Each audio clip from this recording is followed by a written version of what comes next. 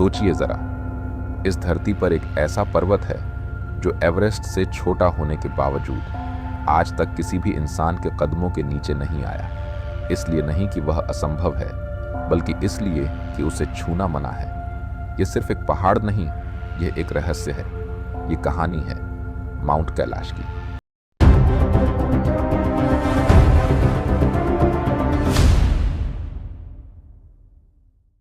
तिब्बत के एक बिल्कुल सुनसान क्षेत्र में बर्फ से ढका हुआ एक ऐसा पर्वत जो दूर से देखने पर एकदम सटीक पिरामिड जैसा दिखाई देता है। न ज्यादा टूट फूट, न कोई प्राकृतिक बेतरतीबी, मानो किसी ने इसे सोच समझकर डिजाइन करके बनाया हो। माउंट कैलाश की ऊंचाई सिर्फ 6,638 मीटर है, जबकि एवरेस्ट काफी ज्यादा ऊंचा है। फिर भी एवरेस्ट पर इंसान चढ़ चुका है, लेकिन माउंट कैलाश पर कभी नहीं, और शायद कभी चढ़ा भी नहीं जा सकता, क्योंकि माउंट कैलाश सिर्फ पत्थरों का ढेर नहीं है।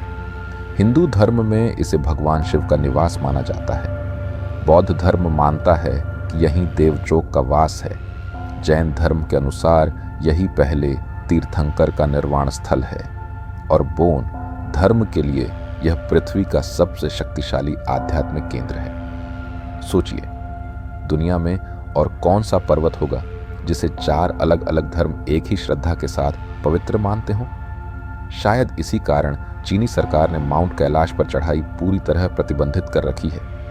कोई अनुमति नहीं, कोई अपवाद नहीं, कोई बहस नहीं। साल 1985 में दुनिया के प्रसिद्ध पर्वतारोही राइनहोल्ड मेसनर को इस पर्वत पर चढ़ने का अवसर मिला, और उन्होंने इनकार कर दिया। उनका कहना था, अगर तुम इस पर्वत पर चढ़ोगे तो तुम सिर्फ एक पहाड़ नहीं, बल्कि मानवता की आस्था को हरा दोगे। जो लोग माउंट कैलाश के पास गए, उन्होंने कुछ अजीब अनुभव बताए। कंपास काम करना बंद कर देता है, इलेक्ट्रॉनिक उपकरण अचानक फेल हो जाते हैं, और लोग बिना किसी वजह के अजीब घबराहट महसूस करते हैं।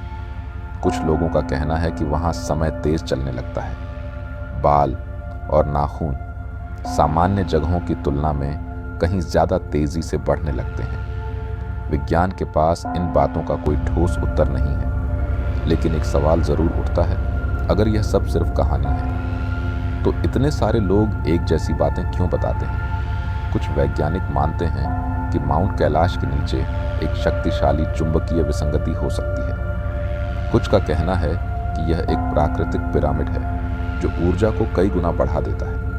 उपग्रह चित्रों में इस पर्वत के आसपास सटीक ज्यामितीय आकृतियां दिखाई देती हैं। यह सिर्फ संयोग है, या फिर कुछ ऐसा जिसे हम अभी समझ नहीं पाए हैं? माउंट कैलाश पर लोग कभी चढ़ते नहीं, वे केवल उसकी परिक्रमा करते हैं। लगभग 52 किलोमीटर की यात्रा, कम ऑक्सीजन, शून्य से नीचे तापमान, और हर कदम पर सिर्फ विश्वास का सहारा।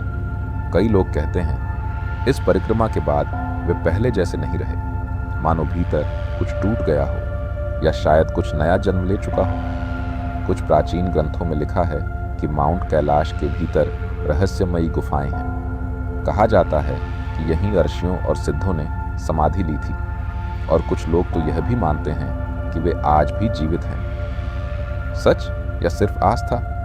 शायद माउंट कैलाश इसीलिए नहीं चढ़ा जा सकता क्योंकि वह कमजोर है। शायद इसलिए क्योंकि वहां पहुंचकर इंसान खुद को बहुत छोटा महसूस करता है। हर चीज जीतने के लिए नहीं होती, कुछ स्थान सिर्फ महसूस करने के लिए होते हैं, और शायद माउंट कैलाश उन्हीं में से एक है।